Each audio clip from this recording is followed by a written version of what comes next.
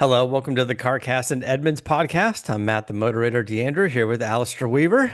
Good morning. It's a Monday Good morning morning. to you. It's Monday morning. I got a bit Yeah, more energy this morning. It's good. yeah, that's good. Uh, you were on a little bit of a road trip. We want to get into that, figure out where you went, what you were driving, what's been going on. And of course, not to bury the lead, Corvette, more Corvette news we need to get into. We've got a Corvette hybrid, big Yeah, because the horsepower. ZR1 wasn't enough. Thousand and was it 1064 Yeah. horsepower? Not quite enough. So And now we have a bit more. they didn't like wait a long time in between the two, sort of whatever the embargoes or the announcements. Like they didn't give it 4 months or 6 months. They didn't say like ZR1 in the summer and the hybrid at I don't know LA Auto Show or something. They No, that surprised me actually, because if you look at the video, I actually did the video of it, and now we can talk about it. Yes, they put it under embargo, so they got all the ZR1 like drives out of the way. But while we were on the ZR1 drive, we had dinner, and then they did this bit of fanfare and said, ladies and gentlemen, please step this way. And we went down this kind of tunnel in the hotel, and there it was on this hotel balcony. We were actually in Austin, Texas, and it was like, right, here's the ZR1X. And then next morning, we all got half an hour to film with the vehicle, and this is how it works sometimes on these events. So everybody on YouTube saying, hey guys, why does everything look the same? Well, we all had half an hour on the same location to film this thing and talk about it.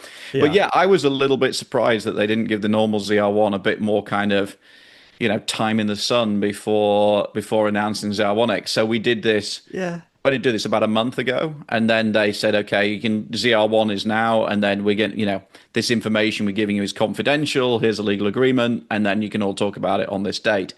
But I thought it was interesting that there wasn't more of a kind of lag between the two, because I think the pitch is that it's a different car to the ZR1, and that the purist is going to buy the ZR1, which is just rear-wheel drive, and the ZR1X, which has got the hybrid and is therefore all-wheel drive because the hybrid motor is driving the front wheels. I think the pitch is it's a slightly different audience, but we'll see. Maybe we can get into a bit more detail. yeah. I think the pitch for them was how much money are we going to spend on the launch event, flying everyone in, letting That's them shoot true. their videos, the dinners, the hotels, and they said, well, do we want to do this all again in 4 months from now, or do we just knock it out now and let you guys kind of go through it and figure out how you're going to release the info because Yeah. yeah There's only so much budget for gin and tonic. yeah it really it really kind of is like especially I'm telling you after COVID the events have changed. I I still get invited to get on a plane a few places, but just not nearly as much as I used to. What's you said about that? I agree to a point. I think things have got more. People are like doing more in an event, so you kind of go and you do two cars rather than one. But Yeah. we have still done. We what? Oh God, what are the statistics? We will do over 50 trips this year to Europe as a team to go and cover the auto industry, which is Yeah. which is crazy. I mean, we're a big team, but that's still Well, a big commitment. Then you layer on all the US events. We do well over probably 150 events a year. It's maybe I'm not on the it's a right lot of list. time on the road. Maybe you guys got the better list, or maybe the list is a little bit more selective than it used to be. Maybe you need to do some more schmoozing, Matt. Maybe I should. Before we get into the specs on that car, let me tell you about Bet Online. Bet Online continues to be your number one source for all your sports betting action. And with baseball in full swing and football season around the corner, Bet Online has more ways to stay in on the action with the latest odds, news and scores, even live in-game betting. From MLB, UFC to tennis and NFL futures, Bet Online remains your choice for sports wagering info. In between the games, you can head on over to the Bet Online casino with all their top Vegas style games, including poker and their live casino. Head to the website today and take advantage of their leading VIP program with their level up bonuses and weekly cash boosts. Bet Online, the game starts here. What's an NFL future? Is that where you bet on what you think is going to happen in the next season? Yep, you got to get ahead of it. Okay. Yeah, Well, it's there you kind of go. like figuring out what this happens going to season in the whole season before the embargo lifts. Yeah, so it's like betting on. Well, actually, we could start there. It's a good segue. I just thought of it, but The big thing about the ZR1X was the internet and even like AI and Chat GPT. Everything's been talking about this for months now, and prototypes been running around. Maybe that's also why they launched it early, because it's like everybody knows about this thing. We might as well make it official. Yeah. Is everybody was calling it Zora, which Yeah. was after the name of the famous Corvette engineer. And apparently, I was talking to the team on the ground in Texas when they said it's not going to be called Zora, and everybody was like, "Hey, what?" And apparently, it all traced back. And I don't know. You always take these things with a pinch of salt. There may well be like legal reasons behind the scenes, or some Right. marketing reason, or maybe there's going to be another Corvette that is going to be called Zora and have, be even more extreme. But the argument on the ground was that we had this oil can at the Nürburgring in Germany with Zora written on it. Somebody took a picture of that. The internet went crazy. Somebody else checked out the fact that we trademarked the name, which was years ago. People put two and two together and said, "Oh, the ultimate Corvette is going to be called the Zora because that was the name of the famous Corvette engineer." Yeah. Absolute nonsense according to Chevy. It's going to be called ZR1X. What will be interesting whether the Zora name sticks. Like you sometimes get that where it has like its real name and then it has like the unofficial name. And certainly from an SEO perspective, from a search engine, everybody was putting Zora into titles because that's where the search had been before. So it'll be interesting to see whether it sticks. But so in essence, what is this thing? This is the car that we thought Chevy was working on, which is basically they take the ZR1, which has 1,064 horsepower, if my memory has not gone completely nuts on a Monday morning. And then onto that, you bolt basically the hybrid system from the E-Ray. So if you remember, you go back to the Stingray to create the E-Ray is a hybrid system driving the front wheels. Right. What they're doing with the ZR1 is basically the same trick and using what we thought was pretty much the same hardware, but it has been retuned. So now you've got a little bit more power, a little bit more torque from the electric motor. And I think some of the reason they've done that is to give them a headline figure. And also I think they felt like they had to make it enough of a leap over the ZR1 to be credible. So what they've done in the electric motors, they've gone from 160 horsepower to 186 and 125 to 145 pounds-feet of torque. But what that does give you is the headline figure of 1,250 horsepower. It's interesting. I didn't know this before, and probably I should have done. You add together the horsepower figures in this case, engine plus motor, but it's not as simple as adding together the torque figures, presumably because the weather peaks and stuff apply is a different point in the curve. Therefore, they were being tight-lipped about how much torque it's got. We reckon north of 950. So it's a lot more oomph. It weighs about 200 pounds more, so you've got to offset that. But the big thing is it's just got a lot more traction. That's the thing. You can offset that weight with traction, basically. When you're looking for the performance numbers, the traction is going to make all the difference. I gotta say, I think it looks a lot better without the big wing, and the big wing just looks too aftermarket. On some cars, I get it. There's some Porsches where you go, the big wing, you kind of have to get it, otherwise you don't know it's the GT car or something. But on this car, I mean, if you're buying it and you're putting it in your collection and you're never driving it and that's it, I guess I can see getting the big wing for it. And because it's part of the package that you probably want. But looking at them side by side, I was just driving on like the 405 the other day, and presumably something in the aftermarket, somebody had a Corvette with the big wing on it. And it just looked dumb. In person, I was like, what's going on with that thing? That thing's terrible. I saw a Honda Civic the other day with a massive rear wing. I thought, yeah, that looks not. I don't mean the Type R. I just mean like a 10-year-old one. Yeah. But it's an interesting because they're again with the ZR1X, same as ZR1. They're pitching it. You can either have it with the aero pack, which is extra carbon rear wing, and if you have that aero pack, you can have the what's it called, ZTK suspension kit, which is basically more track focused, and you get the very aggressive tires. what they're also doing is what they're calling the Executive Express version, which is the one that you're referring to, which has like a cute little rear wing and looks very discreet. Yeah. So if you go for they're actually saying this is the Express. It will be the fastest because if you want to go fast in a straight line, you don't want the big rear wing because it provides the downforce, provides drag. So they're saying this is the Executive Express version. It doesn't have the track pack. It's probably going to be nicer to drive from a ride quality perspective on the road, and it's super discreet. You get it. I mean, the cars that we're showing on the screen here, if you're watching on YouTube, are silver. You get a silver version with like a black interior, you're going to completely fade. It's just going to look like any other Corvette, Yeah. and that is probably like where I think this car is an interesting pitch because we should talk about price. They won't talk about price, and they basically admitted we don't have a definitive price yet for this car. It's going to be hit showrooms about the end of the year, so it'll either be very last throes of this calendar year or probably into next calendar year. And so they haven't actually locked down the exact price. Maybe they're still concerned about tariffs on parts and all sorts of things. So they're still trying to figure that out. But whichever way you look at it, it's going to be 200 grand plus. It has to be because the standard ZR1 is what 180, then all the bits. So this is going to be over 200. I think by the time you put everything on it, it's probably going to be, I don't think quite 300, but not far off. The Stingray to E-Ray is 40 grand. This is probably going to be somewhere similar. So a fully loaded ZR1 is about 230 grand. Stick 40 grand on top of that, you're up to 270-ish.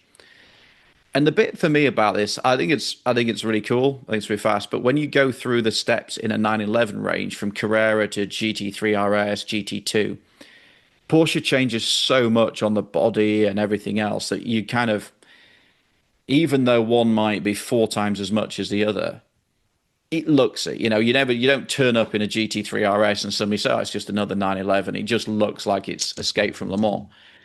This is so subtle that you've really got to know your vets to say, okay, that's the 300 grand car as opposed to the 70 grand Stingray. Yeah. Do you think there's more of a noticeable difference with the Porsche because we've been seeing it for a while? Like if you go to GM, you go to Ford with Mustang versus GT500 versus whatever, they're going to go, well, it's lower, it's wider, it's got more aggressive intakes, it's got heat extractors on the hood, it's got a different wing. It's like, isn't that just what 911 is doing? It's just Porsche's doing on the 911. So is it enough? I mean, I think I think you're right, but I think all of that stuff kind of exists because it has to have cooling and everything else. And if you look at the air intake on the side, on the Stingray, it's one shape, on the Z06, it's another shape, but it's properly subtle stuff. So if you're really into your vets, you're like, oh yeah, that's got the little kind of, it looks like a Y instead of looking like a V, therefore it must be a Z06. But it is subtle, and I wonder whether, I think some of the Vet is not a subtle car to start with. It's right. kind of in your face, isn't it? I don't, and by the time you put I think you have to, if you want to like make that statement, I've got a ZR1, you've got to put the massive rear wing on the back. Otherwise, right. That's part of the announcement, right? That's the visual announcement for the car. But they're doing as much as they can without increasing the cost so much by reinventing the wheel. Like there's only so far you can go before it's completely, this isn't, a Mustang and the Mustang GTD. Correct. Right. That's basically just kind of got the same interior dash and whatever in some dimensions. But at that point, like everything's carbon fiber, it's cantilever suspension, like it's so different, which is why you go from $40,000 car to $340,000 car. And I think that's the challenge that Chevy's got. If you look through the range, then Z06 has a unique wing. The ZR1 has a different wing. But even in our team, we were looking at some of the photos. Oh, that's a ZR1. I was like, no, that's a Z06 because the Z06 it looks more like a W, whereas on the ZR1 it's more of kind of like it's bigger and it's flat, and so it's hard to tell. But you're right. I think you can. it's easier and cheaper to source the bolt-on bits than it is to really start re-engineering bodywork. And that's Yeah. probably where Chevy's, because ultimately they were looking at this car and saying 1250 horsepower, what else can you buy? Well, you're into McLaren, is it W1, Ferrari F80, isn't it? The new one. They are like $2-3 million cars. So you're talking Yeah. about 10 and 20 times, 10, 15, 20 times as much. So that's where they have to save money. And the same with the interior. They get into this thing. Yes, all the Corvettes got new interior, but there is almost no difference between a Stingray interior and a ZR1X interior for four Yeah. times the cost, or Again, three times the cost. that's again where they're trying to save some information or It is. some money, basically. I mean, maybe they can change some of the soft touch materials or something like that, and some of the badging or whatever. But you're right, like to make this really different. But I is the layout in a 911 that much different? Between your Carrera and your GT3? Eh, Yes and no, it depends. I think the two are unmistakable. One says motorsport. I mean, yes, you can have the GT3 Touring, which is a bit more subtle, but I think there's a lot of changes, and I think there's just less overt change. Yeah, I'm not saying it's a bad thing. I like sleeper cars. I'm just saying that like you're going to get a lot of people buying a Stingray and a ZR1, putting them side by side, and that for most people driving down the street, they're just a Corvette. And especially as you say, there's an aftermarket for different wings, so you can get a Stingray and put a different wing on the back and all those sort of things. So I'm not saying it's a bad thing. I'm just saying it's an observation that you've gone from $70,000 all the way to, let's say, $250,000 plus, and they don't look dramatically different. The biggest change is actually the nose, because the ZR1 has got, instead of having a frunk, it's actually got a big intake in the nose. So but again, you've really got to know your stuff. Not saying it's a bad thing, just saying if I spent $250,000 and a guy turns up at the gas station, a Stingray, maybe you don't care. And in some ways it's nice not to care, but yeah. yeah. Right. So, and then here's the question, and this has come up several times, or at least it keeps coming up by me, is in the topic of collectability on resale value down the line, years from now when this shows up at Barrett Jackson, do you get a ZR1 or do you get a ZR1X? Like, because we've seen some collectors shy away from the big expensive hybrids, the from McLaren and Ferrari and stuff. Like they do well, they're getting money, but is it getting all the money? So this is what I think is going to be interesting. Like I said, I was trying to talk to the marketing team when we're looking at the vehicle. I said, like, who's buying this? Like, what do you see as the split between ZR1, ZR1X? Because they're not going to be I mean, they're limited in terms of getting the parts and stuff, but they're not. It's not like they're not going to be as limited as some of the Porsches are. It's not a kind of, we're going to build 350 and we're done. So the ZR1X, the pitch is this is more accessible performance. It's going to be easier to drive. It's going to be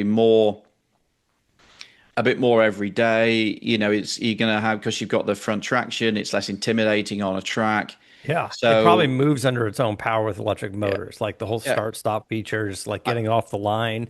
It's probably more controlled, like at a stoplight.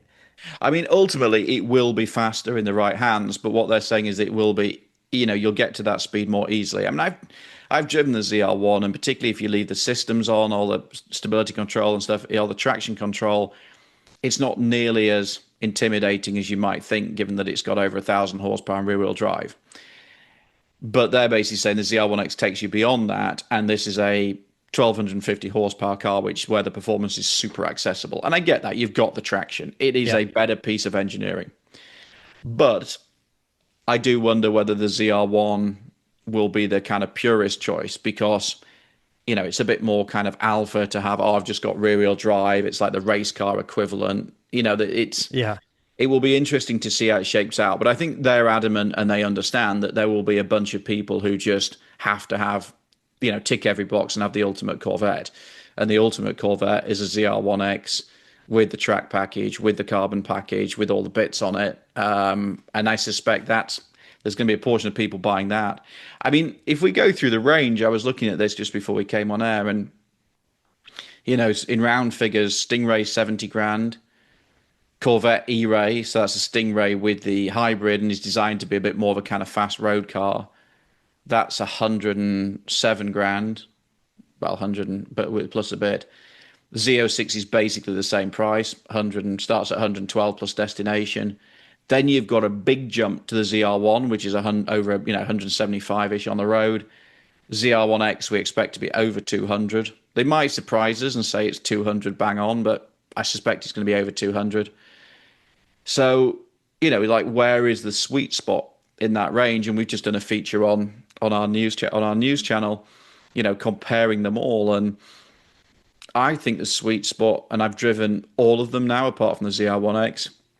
I think the sweet spot is a Z06 because it's got that noise, sounds better because it hasn't got a turbo on it. 670 horsepower is more than enough. Amazing noise, and he's 100. If you want the Z06 with the Z07 track package, this is where it all gets complicated, isn't it? Then you're probably going to be paying like 140-ish, Yeah. which is a load of money, but still a lot cheaper than a ZR1. It's got a great sound. It's a cool car. It's amazing that this entire lineup is 0 to 60 under 3 seconds. Yeah, that's what they're claiming. They do have rollout in that though, so we don't do Yeah. rollout at Edmunds. So they always, Well, right. I even mean, with rollout, let's allow for rollout. They're all let's say under it like was 3.5 seconds. 3.2 Yeah, versus, exactly. 2 seconds flat. Like these are just bonker numbers. These are just incredible numbers. And the lineup, you're doubling the power. I already saw I saw some chatter already online saying that, some of the dealers getting the ZR1 or the ZR1X, probably the ZR1 first, they're now starting to come out with, they're disclosing $100,000 markups. Yeah, and I think that's really sad. And I think I was talking to the Chevy guys about that, and like, what do you do about what do you do about this? And it's hard because you're a Chevy dealer. You're not making a lot of margin on a Trax or something like that. You've got an opportunity to make money. Somebody wants to pay that money. Market forces, right? Again, I know we disagree. I know we both have challenged on some of this, but at one level, I get it. Somebody walks in willing to pay that money. You can legally sell it at that price. It's hard to turn the money down. But if you are in the market and you don't, you can cope with not being the very first. This is not a limited run. So if you look at, remember Z06 when that came out, massive interest, similar sort of dynamic. I had a quick look, quite a lot of inventory for Z06 at the moment, probably a deal to be done. So I would just say, wait. I know it's hard. Everybody wants the new thing. Everybody wants the shiny toy. But if you wait a year, I don't see markups on a ZR1. I might be surprised. I don't see it. So And I think the Z06 has gone that way as well. that's part of the issue. Like, of course, look, if you're a dealer and you ask for 100 grand over a sticker and somebody pays it, then you win. The dealer wins. If nobody pays the markup, then dealers aren't going to ask for a markup. It's that simple. Yeah. Like, if you pay it, then yes, maybe you're happy with it, but that's what kind of trickles down and ruins it for everybody else. The whole idea of markups.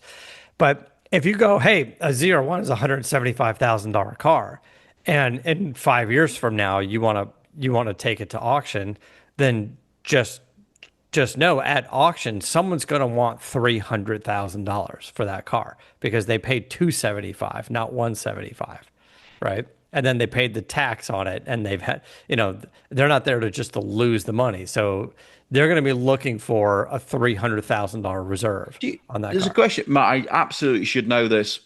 Do you pay tax on the markup or you pay tax on the MSRP? That's a good question. I've never bought a car with markup. We have occasionally, Edmonds. I'm going to find out about that. Do you pay tax? Maybe I think you pay tax on the MSRP, don't you? Anyway, maybe one of the listeners can inform our ignorance. I really should know the answer to that question. But Yeah, I mean, you're the right. other thing- You guys have, maybe not a lot, but you paid, I don't know, 5 or 10,000 over a sticker on a car. So what, We've I done it wonder how that. occasionally. We've done like I think we paid 5 grand over on the Lexus GX that we bought, and we do it just sometimes because from a consumer perspective, we want to talk about the car when it's new and follow its journey, but we try and avoid it. I mean, the other thing, just finishing off on the vet conversation, yeah, Z06 is probably the sweet spot, but like the standard Stingray is such a great car, and let's say it's 80 grand in the trim that you'd want to buy it in. That is a lot of car for 80 grand. And you can pick up decent used ones now. And we actually went out on the track. When we turned up to drive the ZR1, Chevy said, "Look, we want you to get your eye in, learn the track, get a feel for it." And so they sent us out in some Stingrays. And yeah, it feels softer. It rolls a bit more. It's not as sharp on the braking and turning, and it's not quite as fast, but still a really good sports car. And even on a big circuit like that, you're still going to have a ton of fun. And the limits are still really Yeah. high. I mean, it's still a 500, was it 495 horsepower V8 that sounds great. Yeah. So I think there's always a temptation in this. I've got to have the GT3 911. I've got to have this. I've got to have that. And the standard Stingray is a really good car. You get yourself like a couple of year old Stingray or something that's been well looked after. It's just still a really nice sports car. And you're right. Like you're buying it for sticker, or you're buying it for less, and there are tons of aftermarket parts for it. So maybe ultimately you're not getting that collectability of one of the special cars, but you can make yourself a really, really cool car with it. By the way, on the markup tax, I think you do pay tax on the markup. You do pay because There's that would be you pay tax on the transaction price. yeah, I just don't see the government waiving any sort of opportunity for them to get their cut. No. For the new car sale, the markup, like that's the price, that's the price. That's the way it works. It's the sale price. It's not the advertised price like it No, is it's what the it is. transaction price. Yeah. Yeah. So I'm guessing you're paying on that. And talking about your residuals, it'll be really interesting to see how this plays out because, as you know, limited numbers means better long-term value. But Stingrays actually are holding their value okay. There's Yeah. always been this thing that 911s hold their value and Corvettes don't. Well, I watched a bit of years ago when I first came to the US. Carlos Largo and I did a film. It's on YouTube actually of the old GT3 against the old ZR1, the front engine supercharged car. And we talked about the fact that GT3 will still be worth a ton of money and the ZR1 probably won't. And actually, we were wrong. The ZR1, that front engine supercharged ZR1, is actually still a load of money. Yeah. So it'll be really interesting to see how this plays out. If they don't build too many of them, what does the second-hand market look like? And also because this is a price point that they haven't really played at before. So, in 10 years' time, will a ZR1X still be worth 300, 400 grand? Right. I don't know the answer to that. I'm not even sure Chevy knows the answer to that, to be honest. Well, I think that the previous ZR1 is doing well at auction. I think that bodes well for this current ZR1. I think that's The only thing that's different is that last ZR1 was the end of the era. It was the last front-engined Corvette. Whereas, the C9 Corvette will be a mid-engine supercar. So that whole thing about air-cooled 911s and stuff like that'd be the only other caveat. But then the other question of this stuff is like, where does this go? Because I was telling the engineers, so like, could you do like a stripped out, like GT3 RS equivalent? Could you right. take a ton of weight out and do this and do that? And they were like, yeah, maybe this is the Zora, maybe this will be the Zora. And I was like, could you do that? And they're like, yeah, it's not easy because you got to keep the safety stuff, you got to keep all the legislative stuff, and it gets really, you get diminishing returns of how much all of this stuff costs.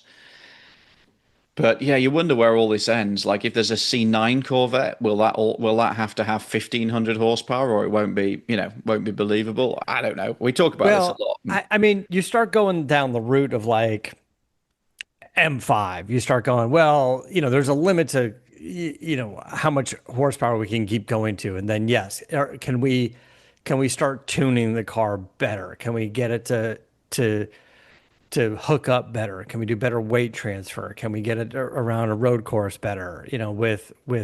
Without a lot of extra horsepower, because right off the bat they're going to go, you know what?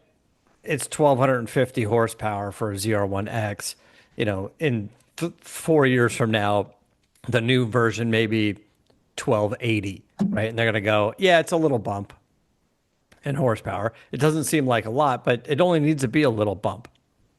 Yeah, and that's what. Every other car we ever talk about, from a Corolla to whatever, it's like, oh, we got a 7 horsepower increase from last year, but overall the car is better, and it feels, like that's all they have to do. It's interesting. We just did if you go to our YouTube channel or if you go to edmunds.com/news, there's a great written piece about it as well that Clint Simone put together, that we just compared the M5 Touring. This is a good sort of segue against the RS6 Avant. And the Avant RS6 is obviously quite an older car now. And we came down very heavily in favor of the Audi, to spoiler alert. But, if you look at it, the Audi's got 577 horsepower, that's still a lot. BMW's got 717, but the M5 weighs 5,500 pounds, and the RS6 doesn't. I think it was like 600 pounds lighter. Yeah, 600 pounds lighter. Now, Yeah. I remember driving the original RS6 with the V10 engine, and then driving this generation and thinking, this is like a big, heavy lump of a car. It's good, but it's big and it's heavy. And now you get into it and go, oh, this is quite lithe and agile. And it's all about like your point of reference. And yeah, this was touring versus touring, but we came down heavily in favor of the Audi just because BMW is just too fat, really. And even in the sprinting, BMW, this is all our figures: 3.4 to 60, 11.3 to the quarter. RS6 3.3 seconds, 11.3 to the quarter. So pretty evenly matched. So it's very easy to get sucked into these horsepower numbers, but it's such a kind of broader equation. What are they? We didn't like the Hankook tires on the BMW either, which didn't provide nearly as much grip as what's on the Audi. So yeah, you got to kind of look at this as a big picture, and actually just adding more complexity, more horsepower is a bit of a diminishing return. You just end up with something that's really big, really Yeah. heavy, and ultimately not all that satisfying. By the way, this is a great time for Audi to shine, because this car, which is long in the tooth, is, but still an amazing car, right? You'd buy this thing in a heartbeat. Uh, it The BMW M5 doesn't really compare, and with a new Audi, S6, RS6, RS6 Avant in the works, or probably coming soon, it's it's their time to dominate the super wagon category for another, what, 4 or 5 years or something. Yeah, and it still looks so cool. And what saddens me a bit, and I think we mentioned this on a show a couple of weeks ago. I think a BMW. I'd be surprised if the BMW M engineers don't agree with a lot of this, but they're being prescribed what they have to do. And if you want to meet emissions and you want to do this and you want to do this, then this is the path to success now. So yeah, it'd be really interesting to see how this M5 shakes out, not just how much it sells now, but also what it looks like in 10 years' time, because M5s historically are collectible. Yeah. And there's a couple of the old V8 ones knocking around where I live, and they still look so cool and they sound so cool. And I just look at this thing and think, like, you're going to want to take this on in 10 years' time with all the complexity and all the weight and the fact that the brakes are going to be, put a lot of pressure on the brakes, on the tires, have a lot of wear and tear. I just don't see it. So yeah, No, interesting. and I think the M5 wagon looks better than the sedan, but it still doesn't look as good as the Audi. No, and I think if you've just got something big, heavy, and a little bit, I'm not saying it's clumsy, but it doesn't feel kind of particularly agile to drive. I've driven the sedan, I haven't driven the wagon. Then you might as well just drive, but you might as well just buy a Cayenne GTS, and have the extra versatility of an SUV, which Cayenne Yeah. GTS is an amazing car, and similar money. Well, speaking of SUVs, let's talk about that. Let's take a quick break and we'll be right back.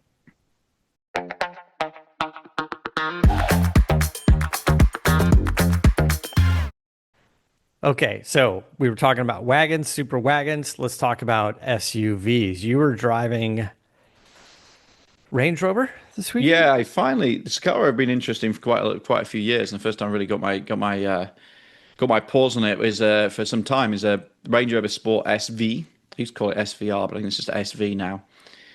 And I thought it was a really cool thing. Honestly, like my lifestyle right now, I need a car that does everything. And we went off to sort of glamping destination in San Bernardino Mountains. So we went off road with it. Not, like serious off road, but Hmm. off road where a car would struggle. And I just thought it was an amazing piece of kit. It just does everything. It's super fast, sounds great, has a load of looks. To my eyes, looks really pretty. I think they've done a really good job of integrating all the sporting stuff without making it look too sort of garish. I'm not Yeah, sure about like the super back row, smooth, but super clean, looks yeah, futuristic. I start to see them on the road now, all the new Range Rovers and sort of the sleeker design. It still has that essence of the old ones, but they are impressive. they are. And also that in a world where everybody is over designing everything, I think Jerry McGovern, who's the chief designer there, and I know pretty well, it's just done a great job of saying we're going in the opposite direction. Minimalist, elegant, longevity. This is still going to look. I mean, I did actually prefer the look of the big Range Rover to the Sport, particularly at the rear end. But I think when you get it into the SV trim with all the kind of, with the sort of subtle additions and a little bit more presence, 23-inch carbon fiber rims, which is kind of funny. So I thought it was really impressive. I mean, it objectively, but I priced one out on their website and it's about 200 grand by the time you got it into the trim that you want. I don't know that I get carbon fiber rims, especially if I'm going off road at all. Yeah, I was a little bit like, these sort of press cars. I was a little bit, I got to be a little bit, I don't want to scratch a carbon fiber rim. And this color, this is like a satin ruby. This is like a satin matte paint, and then I Yeah. was like, oh, I've now got it covered in dust and everything else. I need to car wash it, and then I was like, oh, don't fancy that much.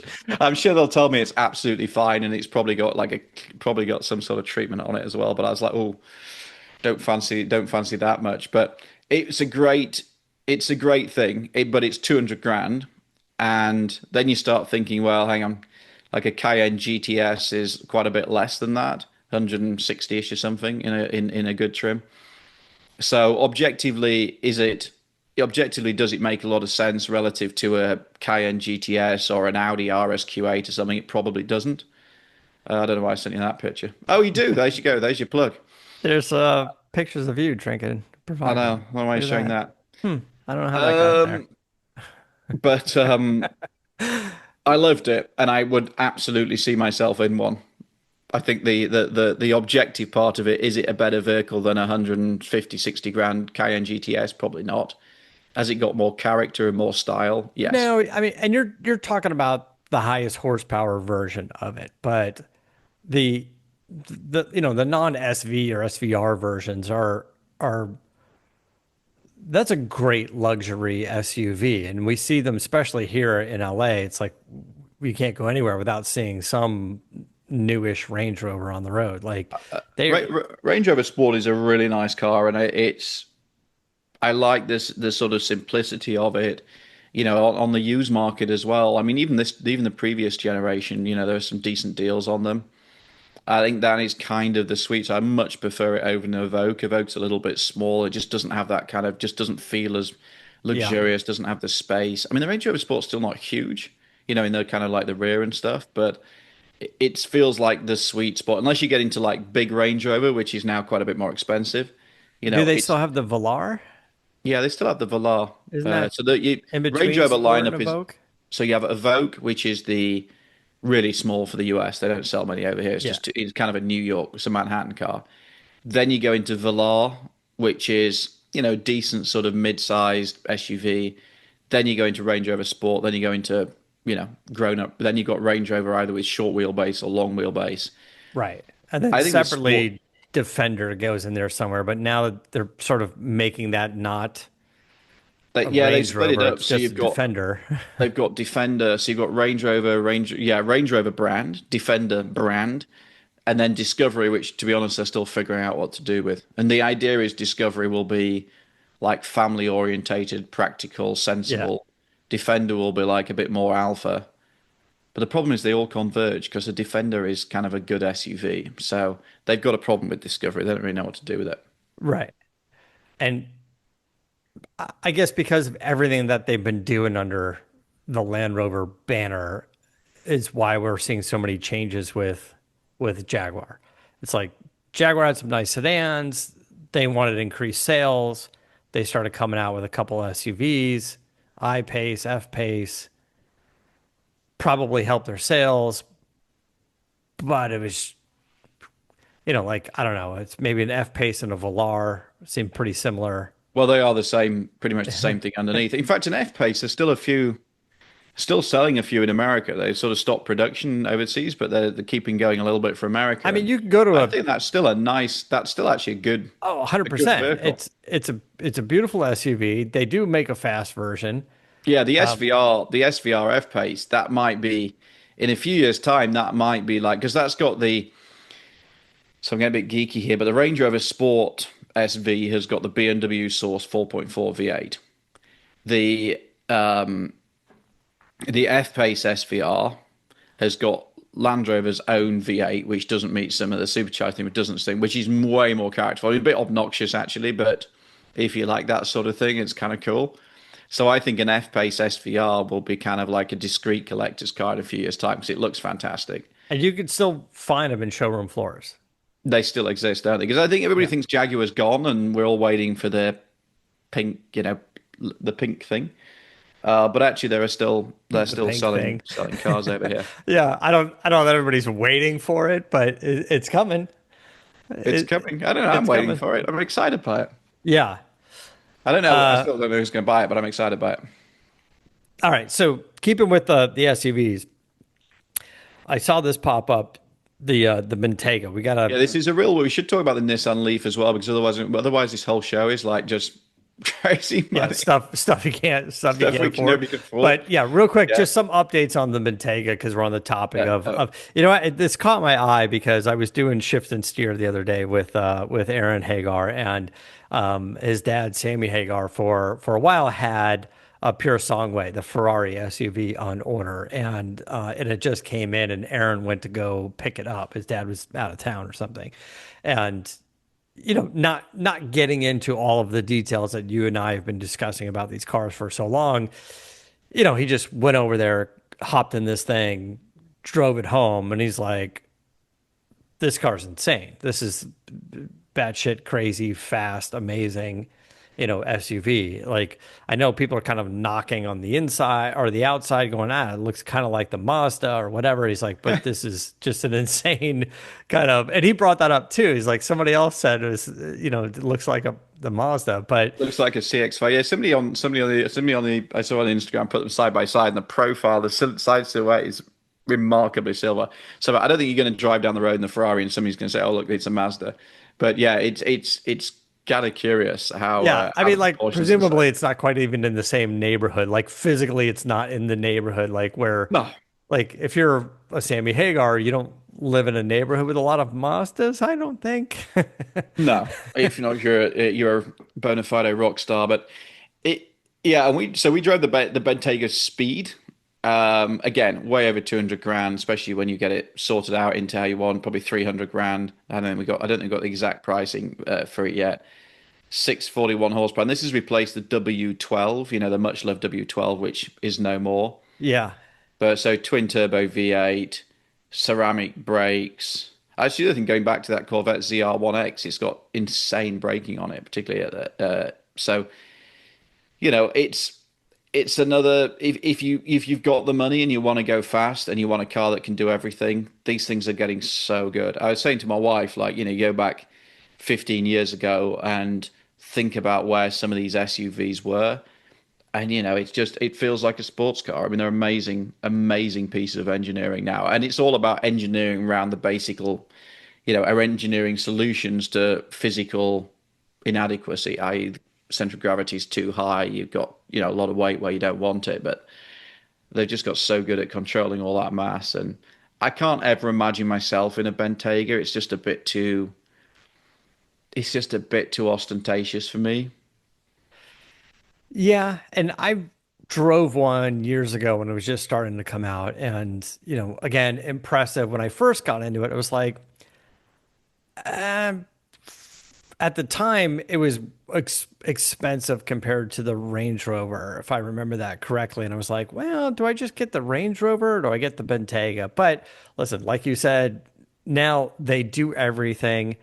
They're amazing vehicles, and maybe you've got the money, you want to go and you buy it. But I don't know. In 5 years from now, 4 years from now, do you find one of these with 50,000 miles on it and That, $100,000 less money? that's the appealing bit. I think that's where they start to stack up. And I remember spending a week in one when I was racing in the UK and thinking, like, I absolutely get it. You're exhausted, you've just finished racing, you've got like a 3 hour journey to go. Like, it's perfect for that. It's it when I went out to Goodwood, the Festival of Speed for the hill climb, and it's right near Rolls-Royce factory. So Yeah. it was, and the Cullinan, the SUV was just coming out, and it was interesting to me. Like, that was sort of the chase vehicle for the hill climb. It was like to haul people up and down the hill that weren't in the race car, or to bring drivers back or spectators. Like, if you had to go meet your driver at the end of the track up the hill, like, they were using Bentaygas to go back and forth, and they just had a bunch of their, like, seasoned drivers just using them as taxis up the hill, and seeing the Bentaygas quiet, or not the Bentaygas, the Cullinans, just like the Rolls Royce, just quiet but fast going up the hill. I'm just like, yeah, it's just another example of how impressive some of these super SUVs can be. Even the most luxurious ones, they're quick, 12 cylinders, 600 something horsepower. They handle pretty well. They're comfortable. It's like, yeah, there's a lot, there's a lot Great ski. there. If you go skiing, and if you buy one of these, you're probably a skier, then great skiing cars. Just watch the skis on the leather. Yeah. Okay. Nissan Leaf. Strange thing. Maybe we should maybe we can save this for next week's show and get a little bit deeper into it, because it's kind of an interesting car. If you remember, the Leaf was almost the start of the EV thing. You had the Prius as the hybrid, then you kind of Yeah. Leaf came along, and those early ones, they have like 100-mile range or something. I can't even I remember. had a bad experience in a Leaf. But now the new one's just imminent. We just went and had a look at it. Kind of a curious looking thing, a bit blobby, to be honest. But I think this is going to be another. They haven't talked about pricing, but it's got to be early 30s from a starting perspective to be, just has to be, I think, when you look at how everything else lines up. So this is a rival to the Chevy Equinox, front wheel drive. And again, like EVs, everything was going to be rear wheel drive like the Teslas and stuff. Now we've got, really front wheel drive SUV hatchback Yeah. type things. But there's a You lot know, more competition out there now. So they've got there's to a do lot more something. competition, and They got to do yeah, something and more competitive with it. So yeah, why don't we break it down next week? why don't we break it down next week? But check it out on the Edmunds website. There's a video, and there's also a thing. And maybe we should have a chat next week about just like where is the kind of the cut price EV market, and what else should you be buying for 30 grand. And Yeah. it's interesting, and it's particularly interesting the tax breaks go away, because where does that leave us? Right. Okay. Well, listen, I appreciate it. Of course, Edmunds.com is the website. You can find Edmunds on their YouTube channel as well. The video just the walk around video of the ZR1X. It's a short video, so you guys should definitely jump on there and just see in person, because the pictures are one thing, but at least in the video you get a little bit of sort of a more realistic view of it. So yeah, check that And out. I'm also going to share some pictures of the Range Rover Sport on my Instagram at Weaver on Cars, if you're not already following. And yeah, that ZR1X video, that's actually got quite a lot of interest. So there's obviously some Yep. people out there care about it for sure. Okay, guys, thanks so much. Until next week, keep the air in the spare and the bag in the wheel.